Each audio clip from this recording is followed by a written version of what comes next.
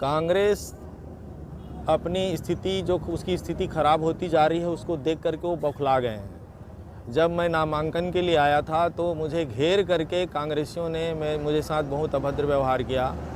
मुझे कलेक्ट्रेट के अंदर जाने के लिए भी रोका, चक्का जाम करके रखे हुए थे, नेशनल हाईवे को चक्का जाम करके रखे हुए थे। मैं जब पुलिस प्रशासन से बात करने की कोशिश किया तो पुलिस जो खड़ा था उसको भी भगा दिया।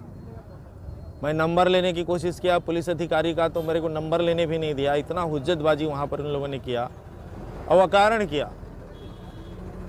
अब जिला प्रशासन की जहाँ तक बात है तो जिला प्रशासन, कलेक्टर और एसपी ये तो कांग्रेस के एजेंट की तरह काम कर रहे हैं। उनके लिए चरणदास मोहन जी के बाबू की जैसे काम कर रहे हैं कलेक्टर एसपी। हमारी कोई बात सुन ही नहीं रहे हैं। तो ये सीधी सीधी बात है कि एक तो आचार संहिता का खुलेआम मुख्यमंत्री कार्यक्रम में उल्लंघन होता है, चक्का जाम नेशनल हाईवे पर होता है, वहाँ उनके सारे कार्यकर्ता खड़े हैं। बड़े गाड़ियों को रोकना एक बार समझ में आता है, राहगीरों को आप रोक रहे हो, मोटरसाइकिल को रोक रहे हो, 2 पहिया माने 4 पहिया गाड़ियों को रोक रहे हो। कितनी परेशानी हुई है लोगों को बताइए। दूसरे दल के लोग जो नामांकन भरने आ रहे थे वो समय पर नहीं भर पाए। सबका मुहूर्त होता है, मुहूर्त निकल गया लोगों का।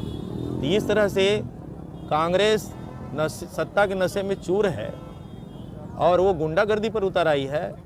और जहाँ तक उस दिन की गुंडागर्दी है उसको देखते हुए तो अपने आप को मैं असुरक्षित महसूस कर रहा हूँ और मैंने सुरक्षा की भी मांग करी है।